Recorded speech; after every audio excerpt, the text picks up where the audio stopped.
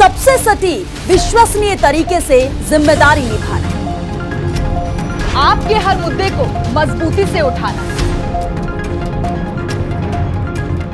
News folder का मतलब देश की आवाज। मैं किरण शर्मा रोज मिलूंगी अपनी नई पारी हम सबकी आवाज में।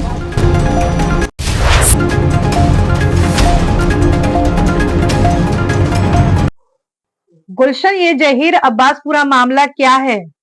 जी, बिल्कुल, जिस तरह ये पूरी जानकारी सामने आ रही है कि 19 साल के ज़हीर अब्बास की चाकुओं से गोद कर जान ले ली गई है और ये मामला है सीलमपुर के चौहान बागर इलाके का, जहां बीती रात ये घटना हुई और इस घटना ने सबको चौंका भी दिया है क्योंकि ज़हीर अब्बास की भी उम्र महज 19 साल थी और 19 साल के जो अगर हम बात करें तो बहुत ज़्यादा उम्र नहीं होती। ऐसे में उसका प्रेम प्रसंग था, अपनी ही रिश्तेदारी में किसी लड़की को वो पसंद करता था और जब रिश्तेदारी में बात पता लगी तो उन्होंने आपत्ति दर्ज कराई और आपत्ति दर्ज कराने के बाद में बात इतनी बढ़ गई कि जो ज़हीर अब्बास मृतक है, इसके सगे फूफा ने अपने बेटे के साथ मिलकर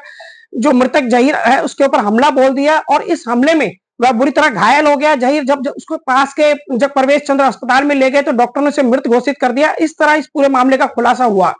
क्योंकि ज़हीर जो है अपनी रिश्तेदारी में एक लड़की को पसंद करता था और जो रिश्तेदार थे वो इस बात को पसंद नहीं करते थे, वो इस प्रेम प्रसंग के खिलाफ थे और इसी बात से नाराज होकर के जो ज़हीर के सगे फूफा थे उन्होंने अपने बेटे के साथ मिलकर चाकू से हमला किया जिसमें ज़हीर अब्बास की जान चली गई।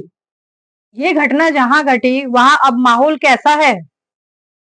जी, बिल्कुल, आपने सही कहा कि सीलमपुर जो इलाका है ये काफ़ी सघन आबादी वाला इलाका है। अगर हम बात करें चौहान बागर की तो चौहान बागर से एक मुख्य सड़क जाती है सीलमपुर मार्केट के लिए और अक्सर यह रोड काफ़ी चलता है, काफ़ी भीड़-भाड़ वाला इलाका है और एक सघन आबादी वाला इलाका है सीलमपुर में। चलते इलाके में चर्चा का विषय बन जाती है। ये मैं आपको बता दूं कि इस भीड़-भाड़ वाले इलाके में आज हर किसी की जुबान पर यही चर्चा है कि आखिर ऐसी भी क्या नाराजगी हो गई थी जिस बात को बात से सुलझाया जा सकता था, आपसे बैठ कर के तालमेल के साथ सुलझाया जा सकता था, लेकिन वही गुस्से से काम लेते हुए और इस तरह पूरी वारदात को अंजाम दिया गया कि एक 19 वर्षीय नौजवान को प्रेम प्रसंग के चलते जान गंवानी पड़ी। क्योंकि यहाँ पर हम समझ सकते हैं कि 19 साल की उम्र बहुत ज्यादा परिपक्व नहीं होती है। ऐसे में इस बात को जो है तूल ना दे करके किसी तरीके से और माध्यम से भी सुलझाया जा सकता था, लेकिन